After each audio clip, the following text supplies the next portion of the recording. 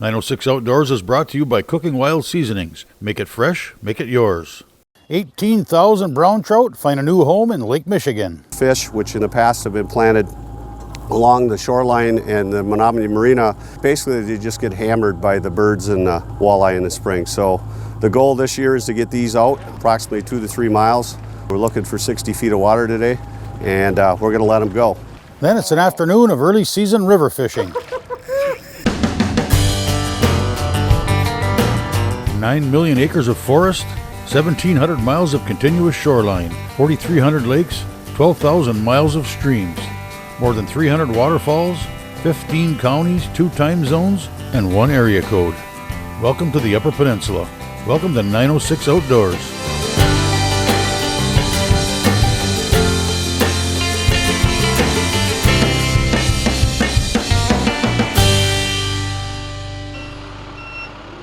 You'll find groups and organizations across the UP working in partnership with the Department of Natural Resources on various projects like habitat enhancement and fish stocking, and doing so for the benefit of us all.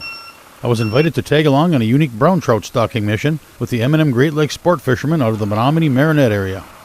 What made this project unique was the fact that it was the first, at least in recent times, attempt to transplant fish offshore. So what we're doing today is we're doing a brown trout offshore stocking. Normally in the past practices, the brown trout are stocked on the shoreline of the Bay of Green Bay. And with the birds, cormorants, and walleyes in the spring running the shoreline, and now this year we've had a lot of northern showing up, we decided we could get some fish from Michigan DNR. We got 18,000 today. They're between 6 and 10 inch long, and we're going to offshore stock them.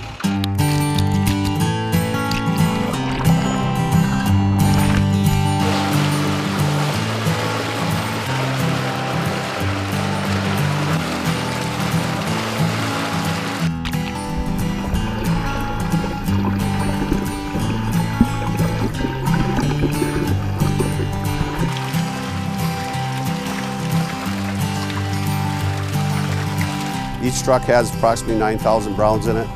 The pen net was staged last night next to the barge. So the first process is to put them into the net.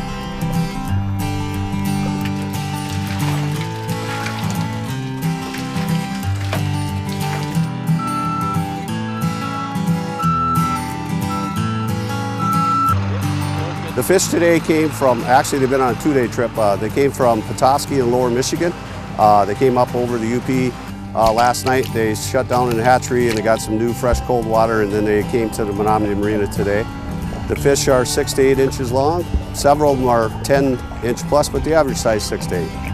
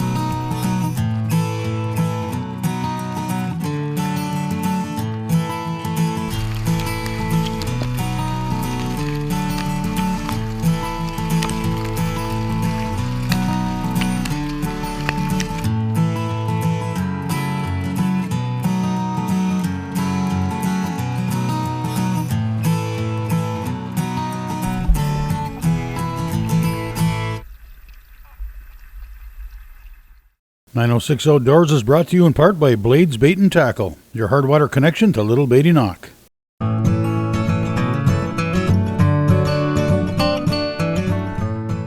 The M&M Great Lakes Sports Fishermen has been around for about 36 years, local fishing club.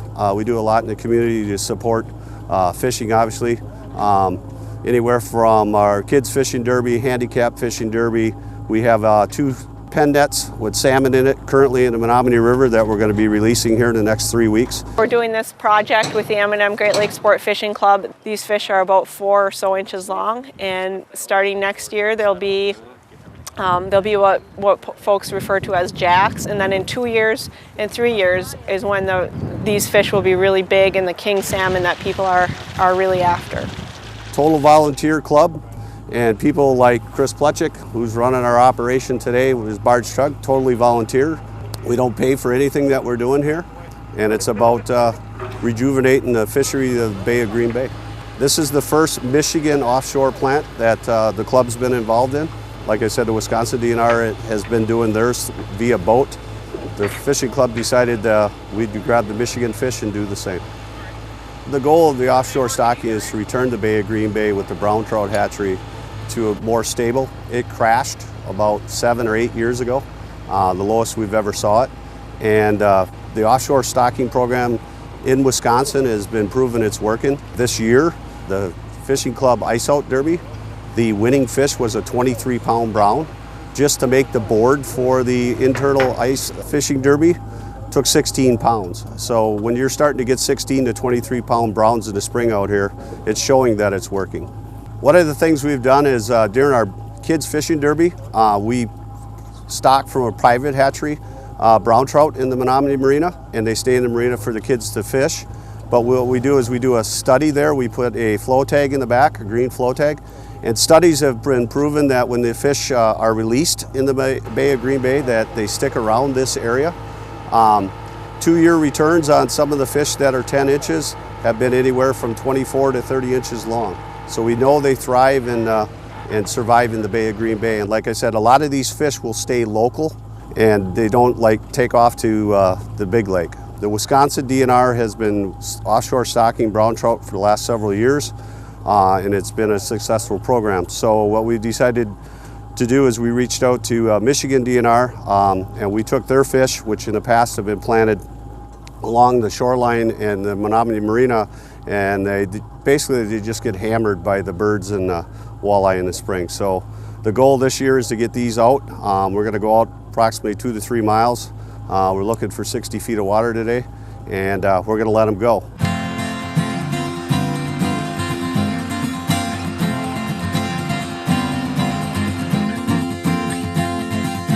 The second process is to slowly but surely take them out.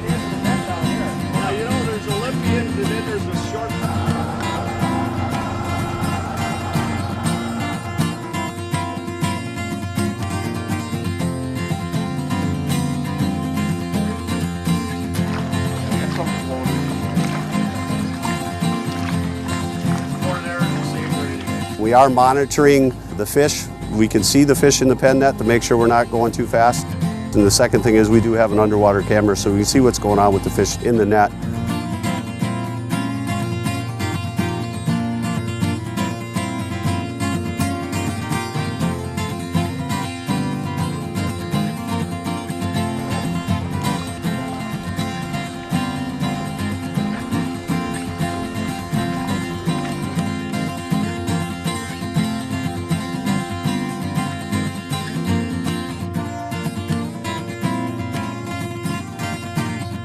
We're averaging right now at about 1 mile an hour heading out. So far, everything looks good. The fish look healthy. They seem to be swimming parallel with us with no issues.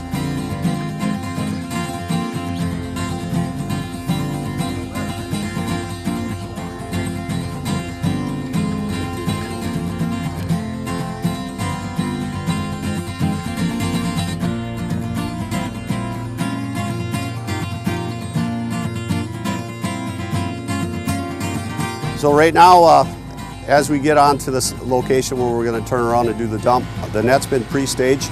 We have a jib crane on the front of the barge here, and what we're going to do is we're going to do a 180 on the net. We're going to do a counter rotate of it, slowly but surely bringing them up, and then we'll rotate, and then we'll do the complete dump. And then any stragglers that add in the net will just flip out on the end, and it should be a good release. All right, we made it to our location. We're approximately 55 feet of water. We figure we're about 2.7 miles out from shore, and we're about to release the trout into the Bay of Green Bay.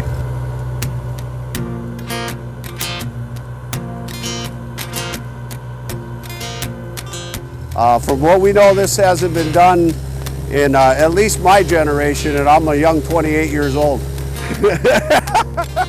Here we go. See you in a couple years, boys. There we go. Good release. Got a couple up in the corner. Get them out. Get them out. Most of the fish, when we initially release them, go right to the bottom. They'll stay down there for a good day or so, and then they'll start to disperse. The school itself, normally it'll take 2 to 3 days to disperse. Then they work their way out from there.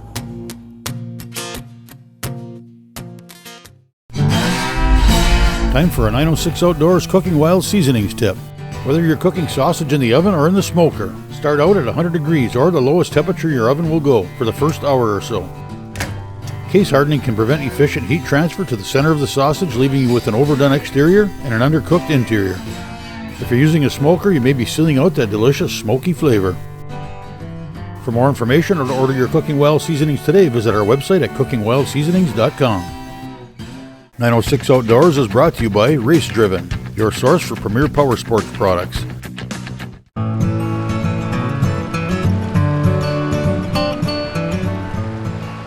The Upper Peninsula is home to 12,000 miles of rivers and streams, most of them a great place to wet a line. It doesn't matter if that line is coming from a fly rod or a spinning rod, targeting trout, bass, or anything in between. The object is the same, to get out and fish. I spent some time on one of our beautiful rivers with Caddyshack fishing guide Chris Geswicki, his son, and some friends.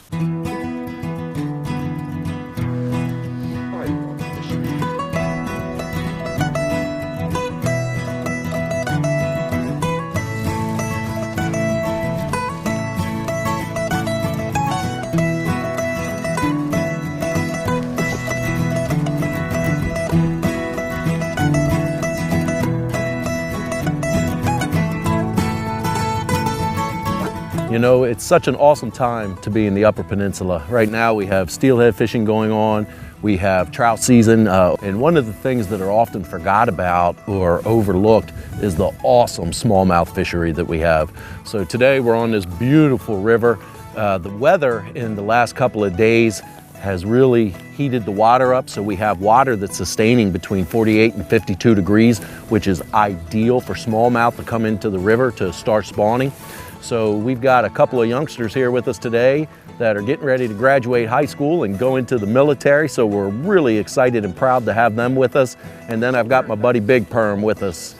So we're gonna sit here, we've got some spinning rods and we've got some fly rods with some big flies and heavy sink tips, and we're gonna try and pick us up some of these smallmouth today.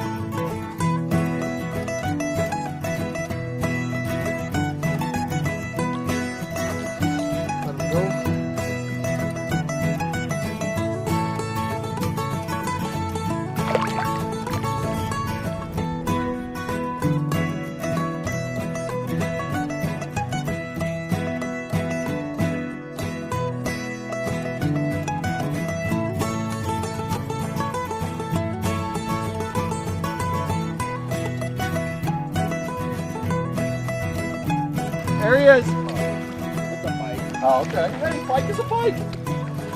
I'm sorry I got my fly line all shot all over the...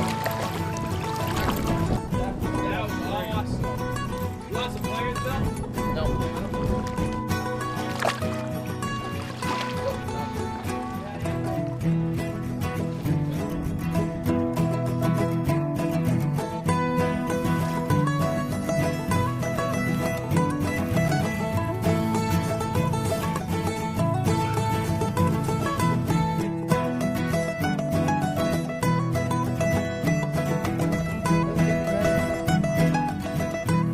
We got real clear water, we got a real high sun,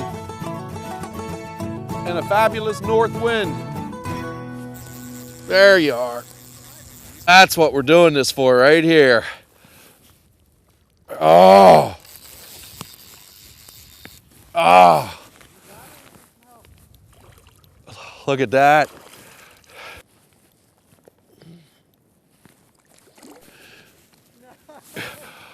Oh. Oh. That is what we do this for right here. Look at that. Big, beautiful fish. Big belly. Oh, and are they fun. Like I said earlier, what an awesome time to be in the Upper Peninsula. Oh. And that's it, folks.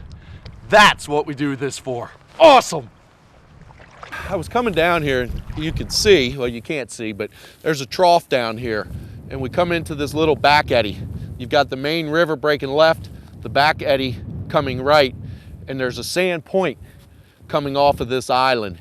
And you know, with the trees and the timber and the brush laying around there, there's some boulders over there. It was gonna be, I knew it was gonna be producing a big fish, and boy did it. She's sitting right in there, right off of that point. She's got the deep water to go to if she needs to flee, and she's got some structure laying around her and a good place to build her nest. And as fat as she was, I'm sure that's where she was going to. So I just knew that point was going to be good. Oh. Nope, just changed my mind on that one. Today's show is brought to you in part by Rapid River Knife Works, home of Michigan's largest custom knife factory showroom.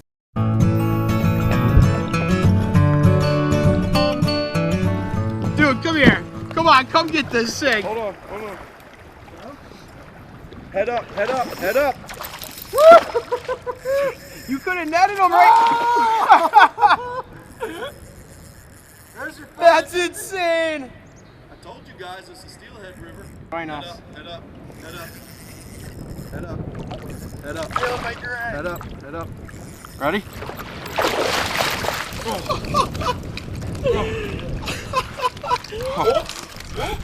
Oh! What? No! It's all bent up, isn't it? That was awesome. It might have been on a spinning rod, but that was still awesome. Dude, that was nuts. You see that thing jumping? Oh my gosh. That was insane. That's awesome. That was just a good release. Right out of the water, back into water. Human hands never even had to touch him. He is on his way. Dude, he got me all bent. So as I said earlier, we've got myself and my buddy Big Perm out here, and then I've got my son David and his friend Billy. We've got a variety of techniques going on. We got a couple of spinning rods throwing rapalas. We've got some spinnerbait, as you saw with the steelhead, which was just an absolute bonus to this whole day. The steelhead took the spinnerbait. I'm just a fly fisherman, and that's just how I choose to fish. You know, it's just my thing. I go with really big flies. This is called a drunken disorderly. It's tied by a guy. It was invented by a guy by the name of Tommy Lynch downstate on the Pier Marquette is his water. Very big fly, very big hooks, just a lot of movement in the water. The fish just go crazy over these things. And I've used them for pike fishing. I've used them for bass fishing. They're my go-to in all colors and sizes, my go-to trout streamer. And anybody that's ever heard me on the radio or seen me in other TV shows, the streamer fishing is really my thing. So big flies, big fish, no doubt about it.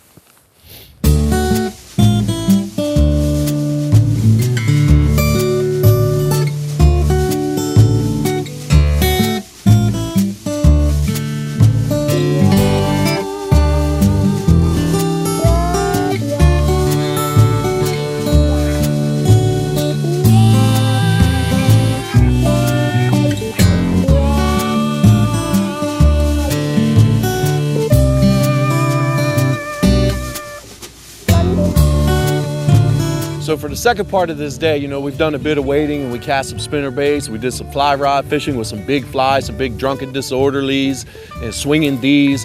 So for the latter part of this trip, we have a big piece of water here that nobody has any access to. whether it's due to private property, the water's still high so you can't wade in. And there's a lot of islands and a lot of structure down here. Oh yeah, look at that depth. Good stuff. So the two younger boys grabbed their kayaks and they already shot out. We're gonna take the drift down and we're gonna start pounding these banks with some big flies, big swinging D's, big drunken disorderlies, circus peanuts. And with names like that, you gotta catch a fish, right?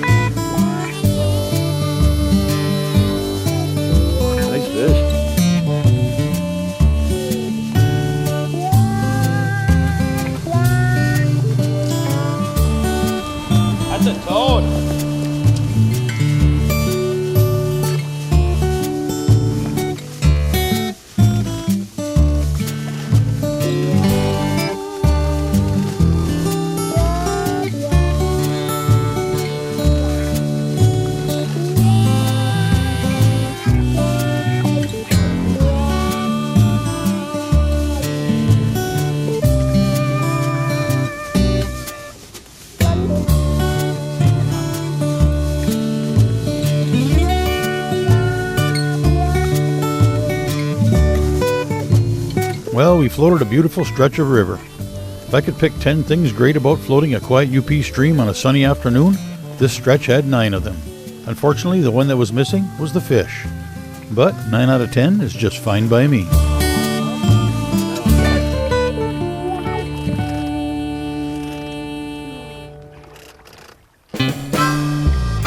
Thanks for watching, and we invite you to join us next week for another adventure right here on 906 Outdoors.